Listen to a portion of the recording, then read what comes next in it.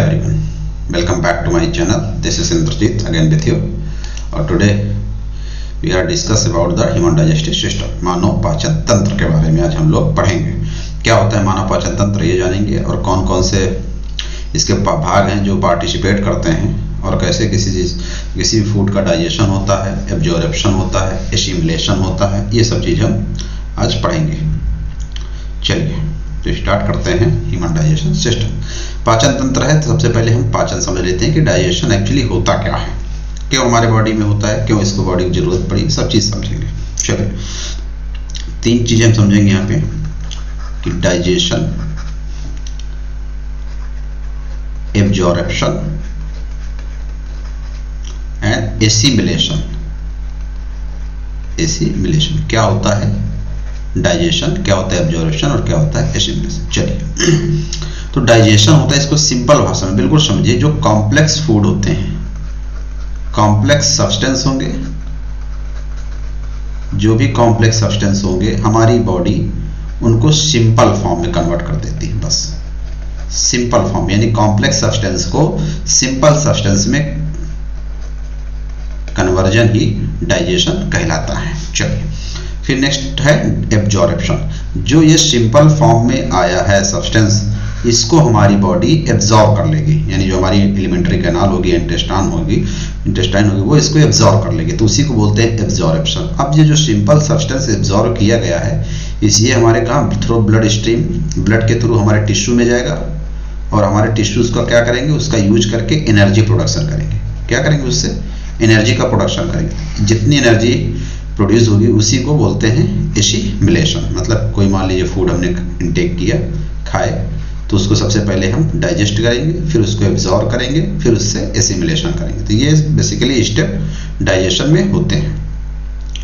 ठीक है, ये सारे स्टेप डाइजेशन में होते हैं। ठीक है, अच्छा, डाइजेशन में बहुत सारे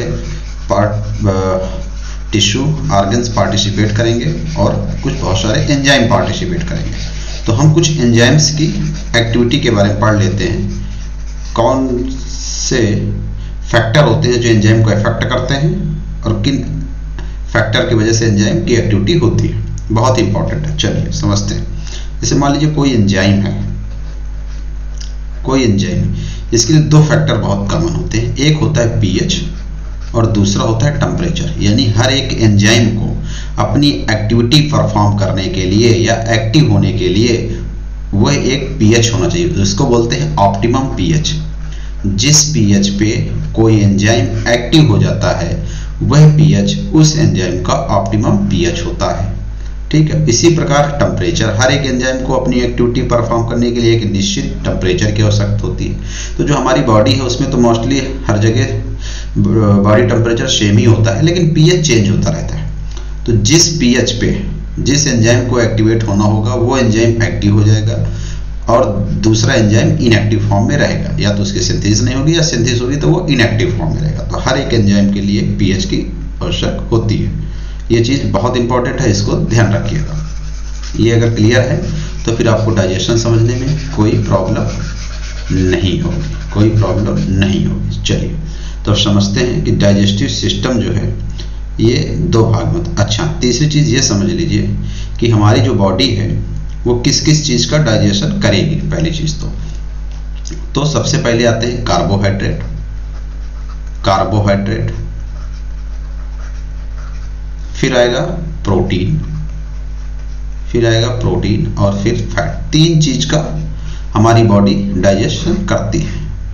कार्बोहाइड्रेट करेगा, प्रोटीन का करेगा, और फैट का करेगा। चलिए, जो कार्बोहाइड्रेट होते हैं ये कॉम्प्लेक्स होते हैं, ये कॉम्प्लेक्स फॉर्म है। ध्यान दीजिएगा, जो कार्बोहाइड्रेट हो, प्रोटीन हो, ये फैट हो, ये क्या है, कॉम्प्लेक्स फॉर्म में। इनको सिंपल फॉर्म में कन्वर्जन का काम हमारी बॉडी करेगी। जब वो सिंपल फॉर्म में कन्वर्ट हो जाएंगे तो उनको हमारी बॉडी एब्जॉर्ब कर लेगी। तो जो बेसिकली कार्बोहाइड्रेट होते हैं ये तीन प्रकार के होते हैं। या तो मोनोसैकेराइड होंगे, या डाइसैकेराइड होगा, या डाइसैकेराइड होगा, या पॉलीसैकेराइड होगा, तो जो सबसे इसमें सिंपलेस्ट फॉर्म कार्बोहाइड्रेट का होता है वो होते हैं मोनोसैकेराइड। जिसका एग्जाम्पल होता है ग्लूकोज, जिसे हम ग्लूकॉन डी कहते हैं, जो हम लोग ग्लूकोज खाते पीते हैं। ठीक है, तो ग्लूकोज को हमारी बॉडी डायरेक्ट एब्जॉर्ब कर लेगी, लेकिन जब हम रोटी या कोई खाना खाते हैं तो उससे हमें कार्बोहाइड्रेट मिलते हैं, तो वो या तो पॉलीसैकेराइड्स फॉर्म में होंगे या डाइसैकेराइड्स फॉर्म में होंगे। यदि पॉलीसैकेराइड्स में है तब भी उसको कन्वर्जन होगा मोनोसैकेराइड्स में, डाइसैकेराइड फॉर्म में तब भी उनका कन्वर्जन मोनोसैकेराइड्स में होगा, क्योंकि हमारी बॉडी मोनोसैकेराइड्स के ही फॉर्म में एब्जॉर्ब करती है। ठीक इसी प्रकार जो प्रोटीन है ये अमाइनो एसिड से मिलकर बने रहते हैं। ध्यान दीजिएगा, कोई भी प्रोटीन है वो अमाइनो एसिड से मिलकर बनी रहेगी। तो हमारी जो बॉडी होती है उसको अमाइनो एसिड चाहिए होते हैं, ना कि प्रोटीन। लेकिन हम जो भी कुछ खाते हैं, जैसे प्रोटीन के लिए मान लीजिए दूध पिए या पनीर खाएं या मांस खाएं या दाल खाएं, तो उससे हमें प्रोटीन तो मिलती है, लेकिन वो जो प्रोटीन उस दूध मांस अंडे में प्रेजेंट है वो हमारे लिए यूजफुल नहीं होती। तो हमारी बॉडी क्या करती है, उस प्रोटीन को ब्रेक डाउन कर देती है और ब्रेक डाउन करेगी अमाइनो एसिड में। फिर ये अमाइनो एसिड हमारी बॉडी अपने अंदर इंटेक कर लेगी, एब्जॉर्ब कर लेगी। इन अमाइनो एसिड से फिर वो प्रोटीन्स हमारी बॉडी बनाएगी जिन प्रोटीन की रिक्वायरमेंट हमें आवश्यक होगी। क्योंकि जो प्रोटीन, जैसे मान लीजिए दूध में या पनीर में केसीन प्रोटीन पाई जाती है, तो केसीन प्रोटीन हमारे लिए आवश्यक नहीं होती, जबकि केसीन जिन अमाइनो एसिड से बने होते हैं वो अमाइनो एसिड हमें चाहिए, तो हमारी बॉडी केसीन को ब्रेक डाउन कर लेगी। ठीक इसी प्रकार फैट है, ट्राइसिलग्लिसराइड, बहुत सारे फैट होते हैं, तो इन फैट्स को भी सिंपलेस्ट फॉर्म में ब्रेक डाउन कर लेगी और उन्हीं फैट्स को हमारी बॉडी एब्जॉर्ब कर लेगी। तो ये चीज आपको समझ में आ गई होगी। ये चीज बहुत इंपॉर्टेंट है, यदि ये क्लियर हो गया तो फिर आपको भी डाइजेशन समझने में कोई प्रॉब्लम नहीं होती, क्योंकि बहुत सारे बच्चे नहीं समझ पाते हैं कि फैट क्या है, वसा क्या है, कार्बोहाइड्रेट क्या है, प्रोटीन्स क्या है। ठीक है, और इन्हीं का सारा खेल होता है। दूसरी चीज मैं आपको बताऊं कि फैट, कार्बोहाइड्रेट और प्रोटीन के अलावा और किसी चीज का हमारे बॉडी में डाइजेशन नहीं होता। ठीक है, अगर हम कोई भी खाना या फूड कुछ खा पी रहे हैं, उससे मिलने वाले जो विटामिन हैं या जो मिनरल्स हैं, इनको डायरेक्ट हमारी बॉडी एब्जॉर्ब कर लेगी, डायरेक्ट एब्जॉर्ब कर लेगी। इनका ब्रेकडाउन नहीं होता है, मतलब इनको डाइजेस्ट नहीं करती हमारी बॉडी। वाटर है, ये भी डायरेक्ट एब्जॉर्ब कर लिए जाएंगे। वाटर को तोड़ने वाले, इसका मतलब यह है कि इनको ब्रेकडाउन करने वाले एंजाइम हमारे बॉडी में नहीं पाए जाते हैं। अगर हम वाटर की बात करें तो वाटर को ब्रेक डाउन करने के लिए यूनिवर्स में सिर्फ और सिर्फ एंजाइम जो होता है वो प्लांट के पास होता है। जो वाटर को ब्रेक डाउन कर दे वो एंजाइम प्लांट के पास होता है। यही कारण है कि वाटर को ब्रेक डाउन करके प्लांट ऑक्सीजन रिलीज करता है। यदि वाटर को ब्रेक डाउन करने वाला एंजाइम हमारे पास होता, हमारी बॉडी में होता, तो हम भी ऑक्सीजन रिलीज कर देते, ऑक्सीजन हमें बाहर से ना लेनी पाती। लेकिन ऐसा नहीं है, ध्यान रखना, वाटर सिर्फ और सिर्फ प्लांट ब्रेक डाउन करते हैं वाटर को, जिसके वजह से ऑक्सीजन वो लोग रिलीज करते हैं वाया फोटोसिंथेसिस प्रोसेस में। ठीक है, अब हम चलते हैं आगे।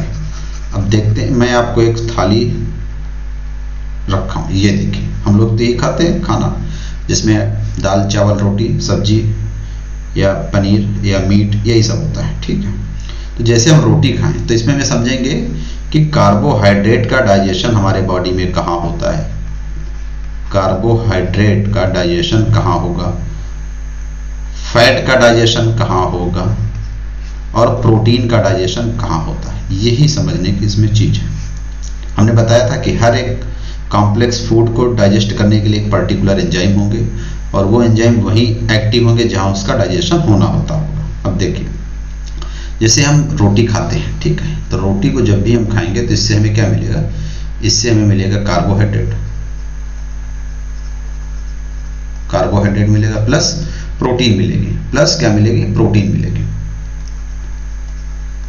ठीक है, अच्छा, कभी कभी क्वेश्चन आ जाता है एसएससी वगैरह एग्जाम में कि रोटी में कौन सी प्रोटीन पाई जाती है, या आ जाए गेहूं में कौन सी प्रोटीन पाई जाती है, या आ जाए आटे में कौन सी प्रोटीन पाई जाती है। तो ध्यान रखना, इसमें एक प्रोटीन होती है जिसका नाम है ग्लूटिन। ग्लूटिन प्रोटीन पाई जाती है आटा में, गेहूं में या रोटी में अगर पूछे। ठीक है, ठीक उसी प्रकार दाल हम खाएंगे, इससे हमें प्रोटीन मिलेगी, दाल में प्रोटीन मिलेगी। बेसिकली मिनरल्स और विटामिन्स भी होते हैं, लेकिन हम मेजर पॉइंट को यहाँ पे आउट कर रहे हैं। ठीक है, इसी प्रकार अगर हम सब्जी खाएंगे तो सब्जी में जो आयल होगा, आयल को ही फैट बोलते हैं, फैट या वसा, तो आयल से हमें फैट मिल जाएगा। ठीक है, चावल अगर हम खाते हैं, राइस में तुम्हें क्या मिलेगा, स्टार्च मिलेगा, स्टार्च मिलेगा। ठीक है, ध्यान रखना, यहाँ पे आपको स्टार्च मिल जाएगा। ठीक है, ये आप अगर रसगुल्ला मीठे में आप कुछ खा रहे हैं तो इससे आपको ग्लूकोज मिल जाएगा, ग्लूकोज मिल जाएगा। ठीक है, तो ये एक फूड है और बेसिकली विटामिन के लिए हमारे पास नींबू है, टमाटर, ये सारे चीज विटामिन मिल जाएंगे। तो ये भोजन थाली से हमें सब कुछ मिलते हैं। अब हम समझेंगे किस चीज का डाइजेशन कहाँ होता है और कैसे होता है। नेक्स्ट स्लाइड में चलते हैं। चलिए, जो मानव का डाइजेस्टिव सिस्टम होता है दो चीज से मिलकर बना होता है। एक बना होता है एलिमेंट्री कैनाल, दूसरा बना होता है एसेसरी ग्लैंड। इन दो चीजों से मिलकर ही मानव का पाचन तंत्र बना होता है। जो एलिमेंट्री कैनाल है इसको बोलते हैं आहार नाल। इसको क्या बोलते हैं? आहार नाल। यह एक पाइप होता है जो कि मुख से इसकी स्टार्टिंग होती है, माउथ से, और अंत इसका जो पश्च सिरा यानी पिछला जो भाग होता है वो गुदा होता है। ठीक है, और ये बॉडी का आउटर पार्ट होता है। ध्यान रखिएगा, अगर हम एलिमेंट्री कैनाल की बात करें तो ये बॉडी का पार्ट नहीं होता है, क्योंकि एक विंड पाइप की तरीके होती है और यहीं से जो फूड बॉडी में जाने होते हैं वो चले जाते हैं रिसेप्टर या चैनल के थ्रू, लेकिन इसको हम लोग बॉडी का आउट पार्ट मानते हैं। तो ये एलिमेंट्री कैनाल है। एलिमेंट्री कैनाल में माउथ होगा जिसे हम मुंह बोलते हैं, दूसरी ग्रास नली जिसको हम एसोफेगस बोलते हैं, थर्ड है स्टमक जिसे हम अमाशय बोलते हैं, फोर्थ है अग्न्याशय, pancreas, gall bladder, liver, intestine, rectum, anus. इतने 9 पार्ट ये जो भाग हैं यही एलिमेंट्री कैनाल के भाग हैं और डाइजेशन में इन्वॉल्व होते हैं। ठीक इसी के साथ अच्छा यहाँ पे जो डाइजेशन होगा वो फिजिकली होगा, ठीक है। और यहाँ पे जो डाइजेशन होता है with the help of accessory gland, इसको केमिकल डाइजेशन बोलते हैं। क्यों? क्योंकि इससे बहुत सारे एंजाइम्स या हार्मोन से रिलीज होते हैं जो ब्रेक डाउन करते हैं। तो एसेसरी ग्लैंड्स में सलाइवरी ग्लैंड्स हैं, लीवर है और पैनक्रियाज है। सलाइवरी ग्लैंड जो है जो सलाइवा का सिक्रीशन करती है, सलाइवा का सिक्रीशन करती है, और सलाइवा में हमारे बहुत सारे एंजाइम्स होते हैं, बहुत सारे एंजाइम्स होते हैं सलाइवरी ग्लैंड्स में, जो कि डाइजेशन के लिए बहुत इंपॉर्टेंट रोल प्ले करते हैं। ठीक है, अच्छा, जो डाइजेशन होता है उसको फिजियोकेमिकल प्रोसेस बोलते हैं। फिजियोकेमिकल्स, फिजिकली भी ब्रेक डाउन होता है और केमिकली भी ब्रेक डाउन होता है। फिजिकल का मतलब हो गया जो पाचन तंत्र है इसको बोलते हैं फिजियोकेमिकल्स। फिजियोकेमिकल्स का मतलब होता है, फिजियोकेमिकल प्रोसेस का मतलब है कि ये फिजिकली भी ब्रेक डाउन होता है और केमिकल भी, दोनों का रोल होता है इसमें। फिजिकल का मतलब हमारे माउथ में जैसे हम कोई भी खाना खाएं तो हम माउथ उसको क्या करेंगे, छोटे छोटे टुकड़ों में ब्रेक डाउन कर देंगे, छोटे छोटे पार्टिकल में डाउन, जिससे उसको खाने में निगलने में आसानी हो और उसमें एंजाइम जो एक्टिव करेंगे उनको भी बहुत आसानी हो। ठीक है, तो ये बेसिकली है। अब हम समझते हैं, एक फिगर हम आपको दिखा देते हैं, एक फिगर दिखा देते हैं डाइजेस्टिव सिस्टम का। ये डाइजेस्टिव सिस्टम है और ये हमारे ऑर्गन्स हैं जो डाइजेस्टिव सिस्टम में पार्टिसिपेट करते हैं। ठीक है, फर्स्ट देखिए यहाँ पे माउथ है ये। ठीक है, यहाँ से हम कोई भी भोजन खाते हैं, इसे कोई भोजन है, फूड है, इसको हम यहाँ से इनटेक करते हैं। तो यहाँ पे सलाइवरी ग्लैंड्स होती है, 3 सलाइवरी ग्लैंड्स होती हैं, ध्यान रखिएगा 3 सलाइवरी ग्लैंड्स होती हैं, 3। जो पहली है उसको बोलते हैं पैरोटिड, दूसरी है सबमैंडिबुलर एंड थर्ड है सबलिंगुअल। जो पैरोटिड ग्लैंड्स है ये हमारे गाल में पाई जाएगी, चिक में, और सबसे बड़ी ग्लैंड्स होती है, ध्यान रखिएगा, सबसे बड़ी ग्लैंड्स होती है पैरोटिड, फिर उसके बाद होती है सबमैंडिबुलर और थर्ड होती है सबलिंगुअल। 3 ग्लैंड्स होती हैं जो हमारे माउथ में पाई जाती हैं। ये क्या करती हैं, सलाइवरी जो ग्लैंड्स होती है सलाइवा का सिक्रेशन करती हैं। इसमें बहुत सारे एंजाइम्स होते हैं, कुछ केमिकल्स होंगे और कुछ प्रोटीन्स होंगे जो फूड को क्या करती है, डाइजेस्ट करती है। मतलब अच्छा, दूसरी चीज ये समझ लीजिए कि जो सलाइवा है मतलब जो माउथ है, माउथ में डाइजेशन सिर्फ और सिर्फ कार्बोहाइड्रेट का होता है, यानी कार्बोहाइड्रेट का डाइजेशन माउथ से ही स्टार्ट हो जाता है। ये क्वेश्चन आता है अक्सर एसएससी से रिलेटेड एग्जाम में कि जो कार्बोहाइड्रेट है, कार्बोहाइड्रेट का डाइजेशन कहाँ से स्टार्ट हो जाता है, तो माउथ से स्टार्ट होता है। ध्यान रखिए, यहाँ पर प्रोटीन का डाइजेशन और वसा का डाइजेशन या फैट का डाइजेशन नहीं होता है। ठीक है, थोड़ा सा कहीं ना कहीं एंजाइम सीक्रेट होता है फैट का, लेकिन वो मानते नहीं है, ठीक, उसको नहीं माना जाता। तो जो कार्बोहाइड्रेट का डाइजेशन होता है वो हमारे माउथ से ही स्टार्ट हो जाता है। ये चीज समझिएगा, यहीं से क्वेश्चन आते हैं। क्यों माउथ से स्टार्ट हो जाता है? क्योंकि जो कार्बोहाइड्रेट को डाइजेस्ट करने वाले एंजाइम होते हैं वो हमारे माउथ में उनका सिक्रीशन होता है वाया सलाइवरी ग्लैंड्स। और जो एंजाइम्स कार्बोहाइड्रेट का डाइजेशन माउथ में करते हैं उनकी एक्टिविटी के लिए पीएच 6.8 यानी स्लाइटली एसिडिक होता है, स्लाइटली एसिडिक होता है। अच्छा आपको कुछ मैं बता दूं, जो पीएच 7 होता है ये न्यूट्रल पीएच होता है।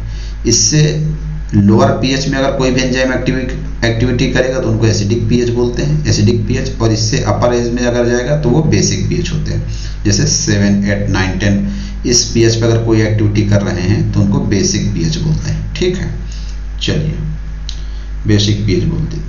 ठीक है, अब जो हम फूड हमने उसको चॉप किए वाया माउथ के थ्रू, तो वो उसमें बहुत सारे एंजाइम्स क्या होंगे उसके साथ मिल जाएंगे। तो सलाइवा जो है ये यहाँ पे अगर कार्बोहाइड्रेट का डाइजेशन कर रहा है, जो कार्बोहाइड्रेट है, कार्बोहाइड्रेट का 30% डाइजेशन, ध्यान दीजिएगा 30% डाइजेशन कार्बोहाइड्रेट का माउथ में हो जाता है।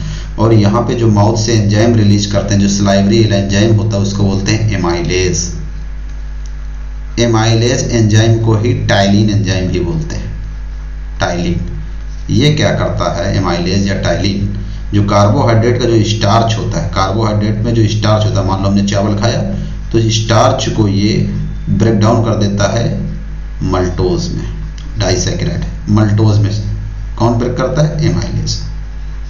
एमाइलेज, और एमाइलेज किस पीएच पे काम कर रहा है? 6.8 पे। ठीक है, मल्टेज। और यहाँ पर प्रोटीन का डाइजेशन नहीं होगा, फैट का डाइजेशन नहीं होगा, वो वैसे का वैसा ही पड़ा रहेगा और नेक्स्ट स्टेप में आगे बढ़ जाएगा। अब ये भोजन जैसे यहाँ से इतना डाइजेस्ट हो गया, फिर ये आगे चला जाता है ओएसोफेगस में। ओएसोफेगस ये एक जो हमारे गले में होती है, एक पाइप नुमा होती है, इसमें कोई भी डाइजेशन नहीं होता, लेकिन इसके वाल से, यहाँ पे जो वाल दिख रही है ना आपको, यहाँ से वाल, यहाँ पे म्यूकस मेम्ब्रेन, वो सेल्स होती हैं जो म्यूकस का सिक्रेशन करती हैं, ताकि जो भोजन है वो आसानी से निकल के स्टमक में, पेट में चला जाए। ठीक है, तो ओएसोफेगस में कोई डाइजेशन नहीं होता है।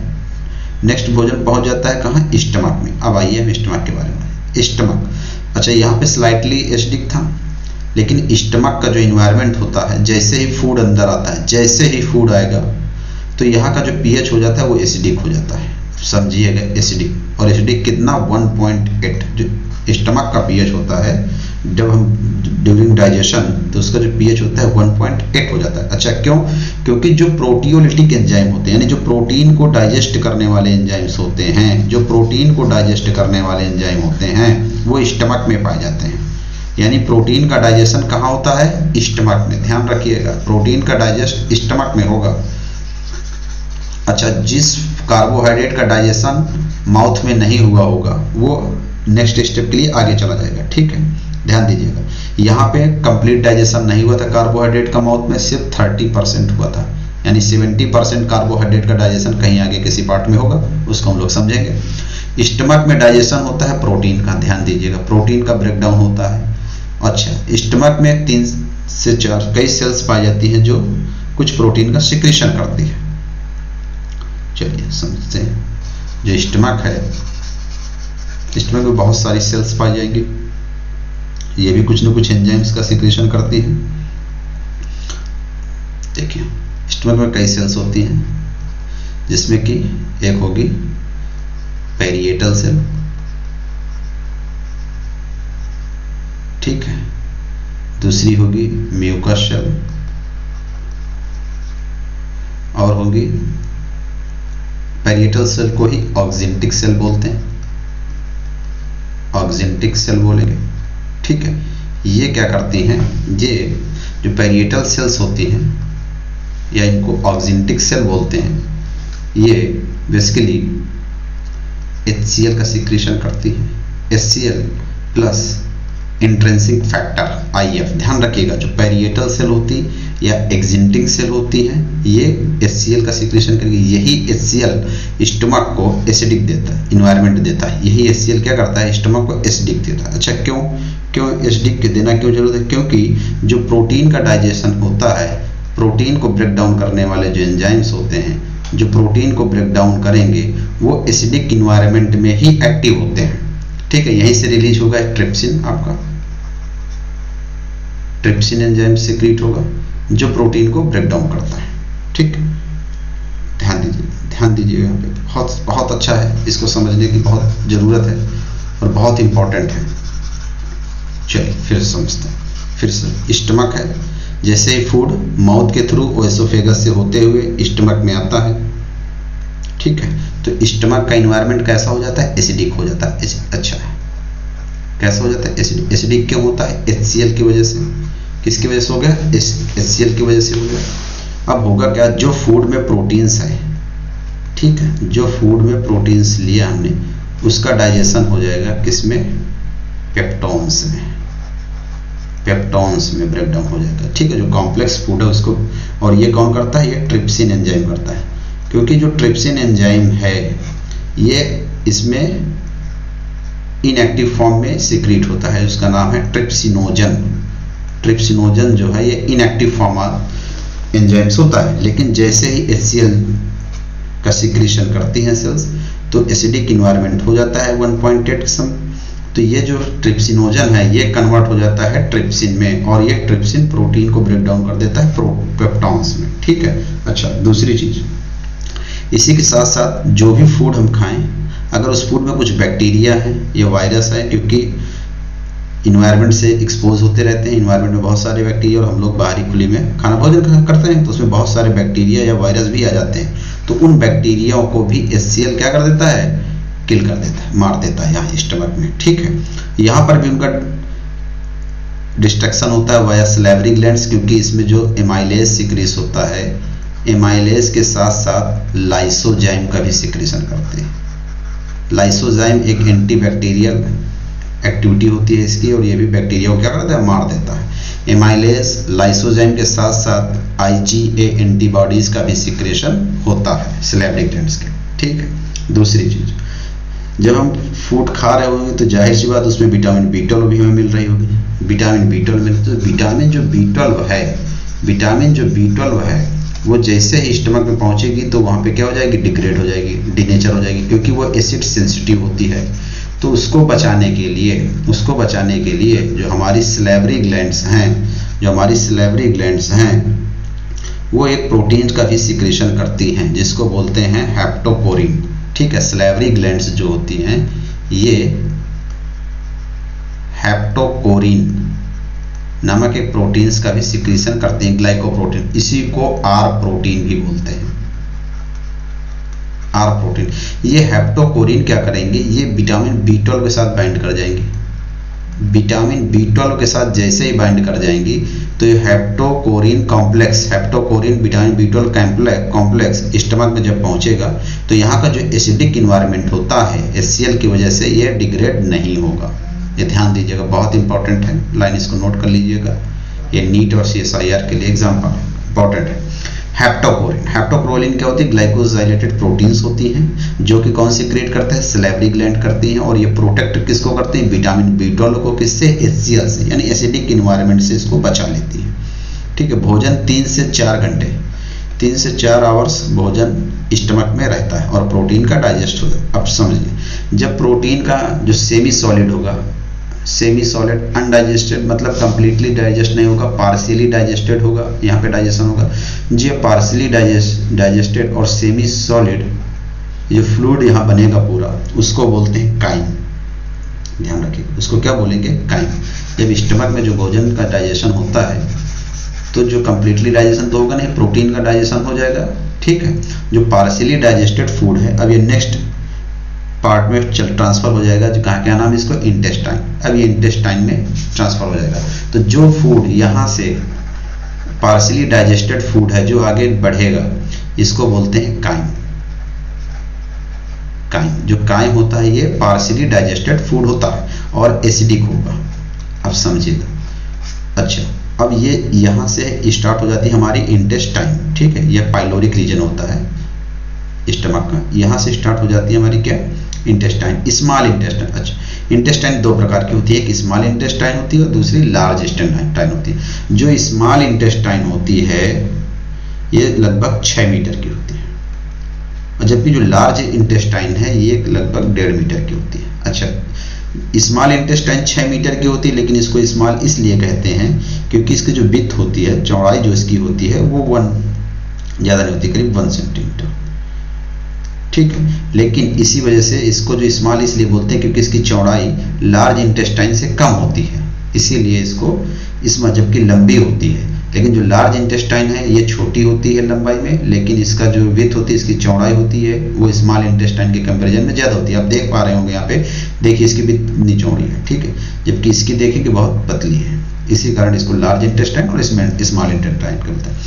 जो इंटेस्टाइन का रीजन होता है, यानी जो इसको आंत बोलते हैं, जो आंत का भाग होता है, आंत एक्चुअली बेसिक होता है, बेसिसिटी। यहाँ पे जो एंजाइम्स एक्टिवेट करेंगे उनको बेसिक इन्वायरमेंट चाहिए, क्षारीय चाहिए, ठीक है, क्षारीय चाहिए। लेकिन जो फूड, अनडाइजेस्टेड फूड या काइम जो स्टमक से आ रहा है वो तो एसिडिक है।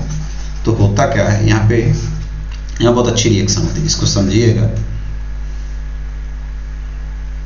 चलो ये जो अनडाइजेस्टेड फूड है, ये जो अनडाइजेस्टेड फूड है, ये जैसे ही इंटेस्टाइन में पहुंचने लगता है तो जो स्मॉल इंटेस्टाइन के 3 भाग होते हैं, ध्यान दीजिएगा, स्मॉल इंटेस्टाइन के 3 भाग होते हैं, ड्यूडेनम,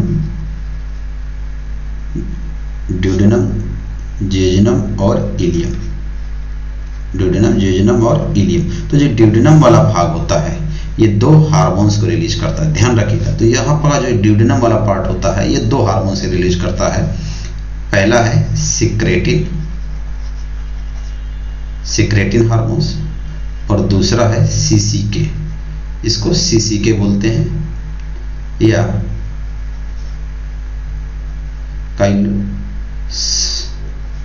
साइक्लोकाइटेनिन बोलते हैं इसको, ध्यान दीजिएगा, साइक्लोकाइटेनिन बोलेंगे या तो इसको हम सीसीके हार्मोन्स बोलेंगे।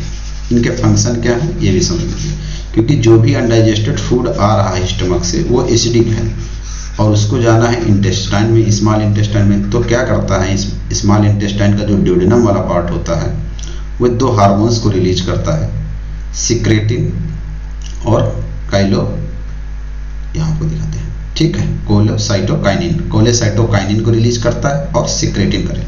ये कौन करेगा, ड्यूडेनम,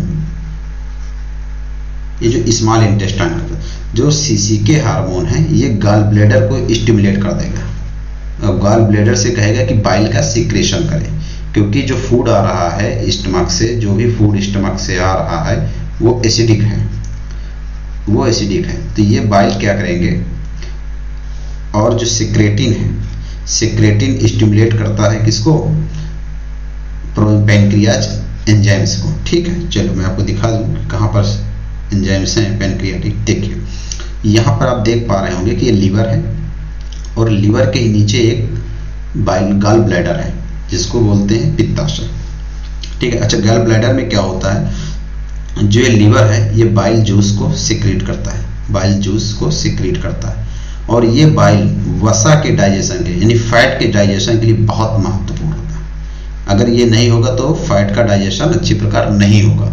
लीवर क्या कर देता है, बाइल एसिड को सिक्रीट या बाइल जूस को सिक्रीट करता है और ये स्टोर रहता है गॉल ब्लैडर में, ध्यान रखिए, गॉल ब्लैडर में ध्यान, सिक्रीट स्टोरेज का काम करता है। और ये है एक पैनक्रियाज, ये एक एक्सोक्राइन ग्लैंड होती है, ग्लैंड्स है, इसको बोलते हैं पैनक्रियाज, एक्सोक्राइन है, यानी इसमें हार्मोन्स भी रिलीज होंगे और इसको बोलते हैं मिक्स्ड ग्लैंड, इसको बोलते हैं मिक्स्ड ग्लैंड, क्योंकि ये एक्सोक्राइन की तरह भी काम करती है और इंडोक्राइन के तरीके भी काम करती है। इंडोक्राइन का मतलब है कि ये कुछ हार्मोन्स का भी सिक्रीशन करेगी और एक्सोक्राइन का मतलब है कुछ एंजाइम का सिक्रीशन करेगी। तो ये जो पार्शियली अनडाइजेस्टेड फूड है, जैसे ही ये इंटेस्टाइन के अंदर इंटर करता है तो स्मॉल इंटेस्टाइन का जो एक भाग होता है ड्यूडेनम, ये क्या करता है, 2 हार्मोन्स को रिलीज करता है। पहले का नाम है सिक्रेटिन और दूसरे का नाम है सीसीके। ये जो सिक्रेटिन और सीसीके हैं, ये देखिए जो सीसीके है इसको बोलते हैं कोलेसाइटोकाइनिन। कोलेसाइटोकाइनिन क्या करता है, गॉल ब्लैडर को स्टिमुलेट कर देता है। जैसे यहाँ से सीसीके स्टिमुलेट करेगा और एक गॉल ब्लैडर को स्टिमुलेट करेगा और इससे बोलेगा कि जो बाइल एसिड आपके अंदर स्टोर है, जो बाइल एसिड आप पे स्टोर है उसको स्मॉल इंटेस्टाइन में रिलीज कीजिए, उसको भेजिए। साथ ही ये सिक्रेटिन को भी रिलीज करता है और सिक्रेटिन को भेजता कहाँ पर है, पैनक्रियाज में, और पैनक्रियाज को बताता है जो पैनक्रियाटिक जूस है उसको आप स्मॉल इंटेस्टाइन में भेजिए, क्योंकि इसका रोल देखिए। एक्चुअली होता क्या है, देखिए अभी आपने देखा कि कार्बोहाइड्रेट का पार्शियली डाइजेशन या 30% डाइजेशन हुआ था। प्रोटीन का भी कंप्लीटली डाइजेशन स्टमक में नहीं होता है, लेकिन क्या होगा, प्रोटीन किस में टूट जाता है, पेप्टोन्स में। लेकिन पेप्टोन्स के बाद उसको पेप्टाइड्स में, और पेप्टाइड्स के बाद अमाइनो एसिड में ब्रेक होना है। तो इसलिए होता क्या है, तो जैसे ही फूड आएगा तो पैनक्रियाज जो होगा वो ये पैनक्रियाटिक जूस पैनक्रियाटिक जूस का सिक्रेशन करेगा, जिसमें बहुत सारे एंजाइम्स होंगे। इसमें एंजाइम्स कौन कौन से होंगे, लाइपेज, एमाइलेज, ठीक है, मल्टोज,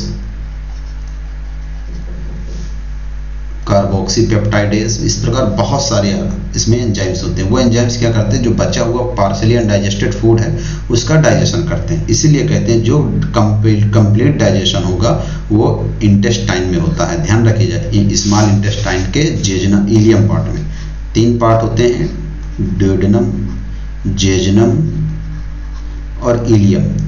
तो ड्यूडेनम में डाइजेशन नहीं होता, जो स्मॉल इंटेस्टाइन का जो ड्यूडेनम पार्ट है इसमें डाइजेशन नहीं होता। इससे सिर्फ 2 हार्मोन सिक्रेट होते हैं, सीसीके और सिक्रेटिन, ठीक है। जेजनम में क्या होता है, जेजनम पार्ट में ये सिर्फ स्पेस प्रोवाइड करता है ताकि जो वसा है, जो फैट है, जो हमारे फूड में फैट है उसका इमल्सिफिकेशन हो सके।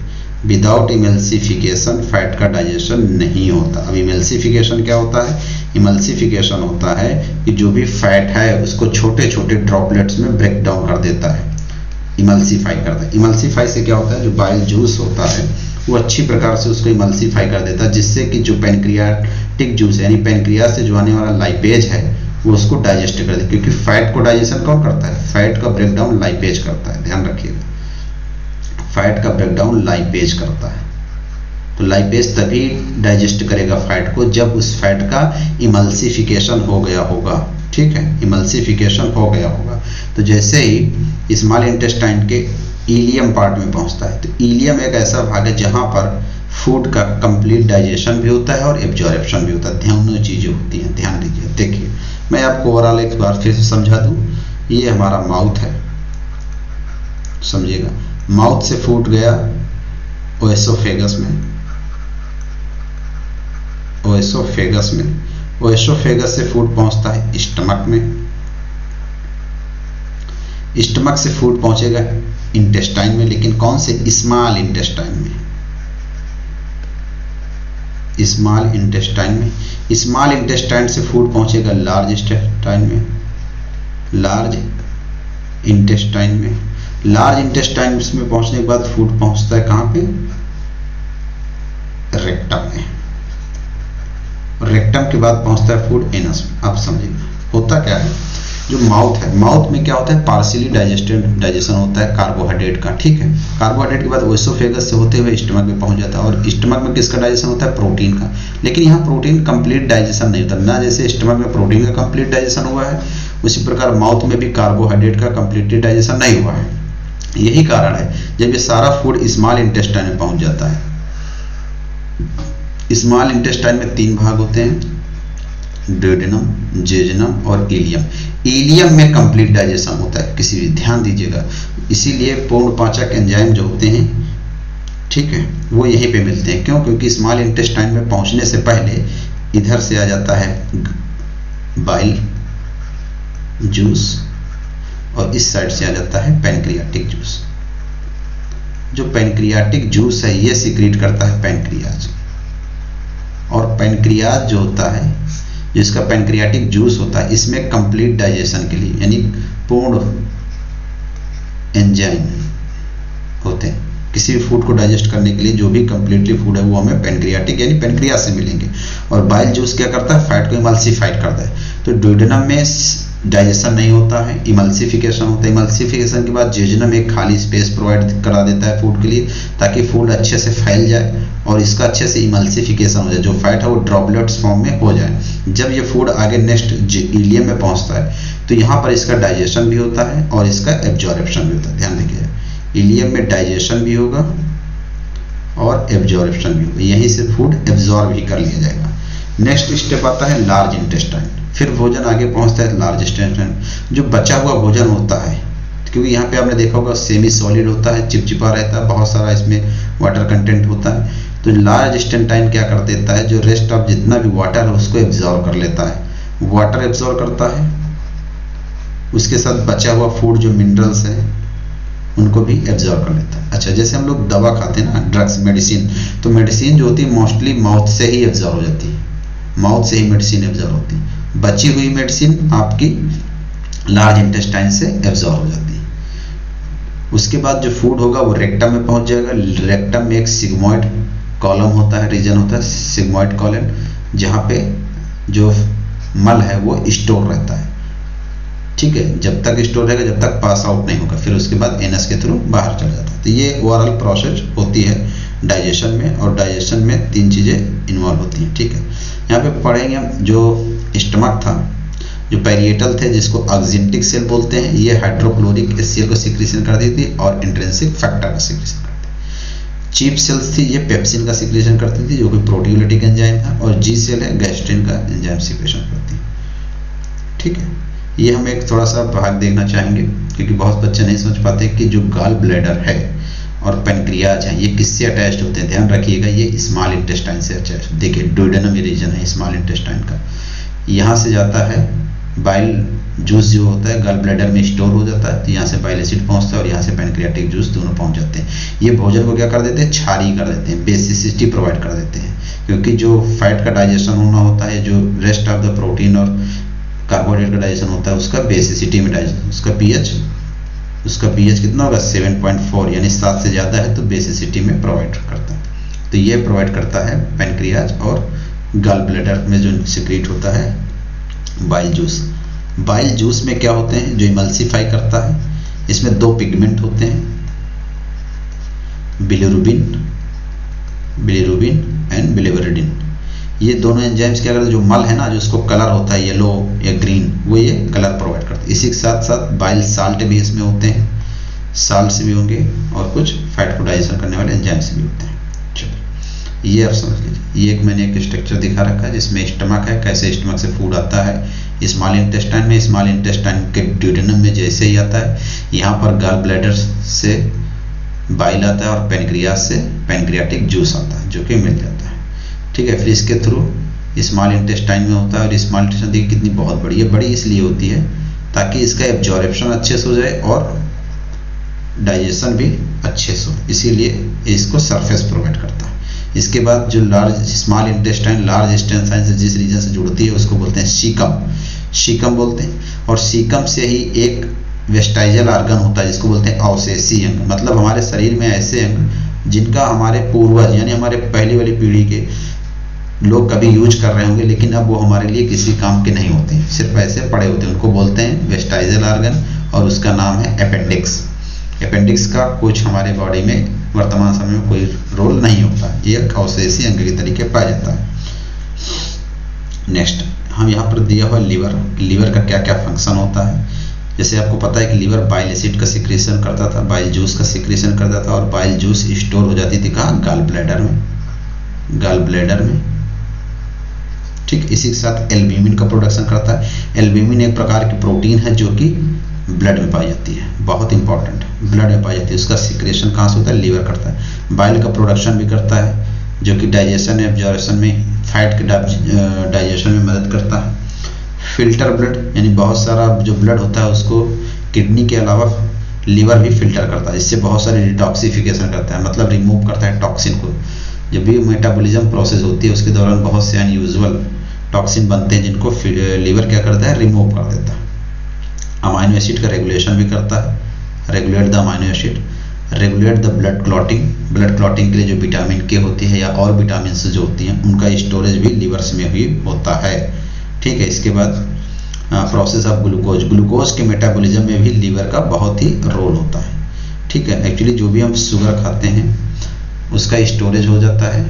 जो शुगर हम लोग खाते हैं, जैसे मीठा खाएं, अत्यधिक शुगर खा लिए तो ये हमारे बॉडी में किसके फॉर्म में स्टोर हो जाएगी, ग्लाइकोजन के रूप में। ठीक है, और जब हम खाना नहीं खाते तो यही ग्लाइकोजन फिर से ग्लूकोज में कन्वर्ट हो जाएगी।